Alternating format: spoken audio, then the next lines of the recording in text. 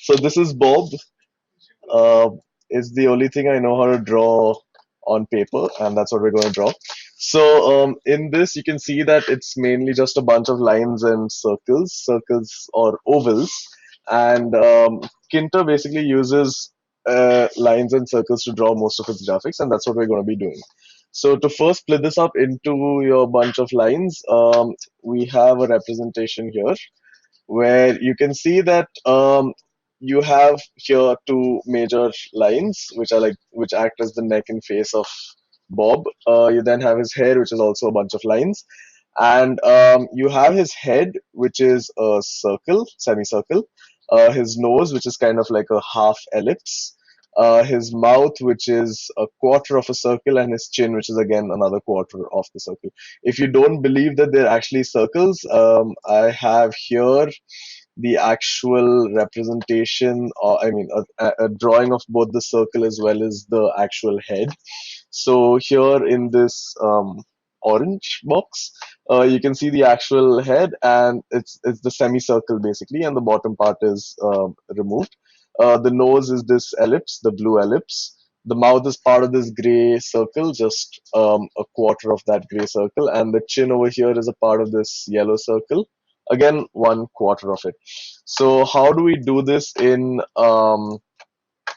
code? How do we code this? So let's have a look at that. Um, so we start with drawing his neck, and the neck is basically this line starting over here and going all the way down, and that's how we define that. You have your top point, the starting point essentially, and the ending point where you want the line to end.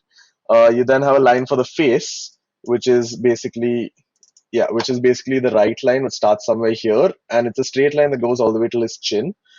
We remove these parts, so the line essentially starts at this point, which is 150, 150, and goes all the way down to 150, 235.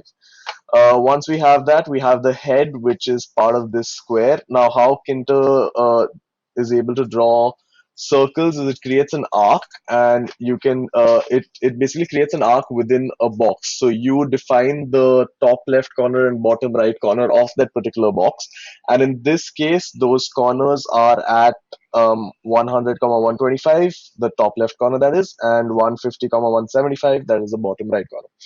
So you get this circle, and we define the amount of that circle that we need. So we cut off the bottom half. So you start at 0 degrees and go all the way to 180 degrees.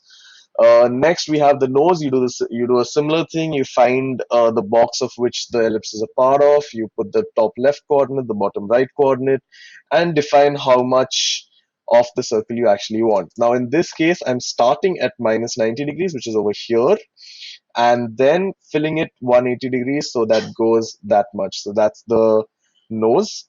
Next, you have the chin. Again, same concept. You have the external square. You look at the starting point, which is again at minus 90 degrees, and then you move up just 90 degrees, giving you that quarter of a circle. You have your right neck, which is this particular line, mathematically calculated based on where the other things fall. You have the eye, which is the complete ellipse with the coordinates written over here. 125, 165 is the top left corner, and 135, 185 is the bottom right corner. Next, you have the mouth, which is again a quarter circle, and then you have the hair. So the hair it starts with one line and it ends with another line, which have been defined here: hair start and hair end. And the little squiggles in the middle, there's a for loop which actually defines how those squiggles are made. So there you go. There you have Bob. And for a more in-depth step-by-step version of the same thing, so here you have the left neck, here the right face, the head, the nose, the chin, the right neck, the eye, the mouth, the starting of the hair, the squiggles of the hair, and finally the end of the hair. And that, my friends, is how you draw Bob.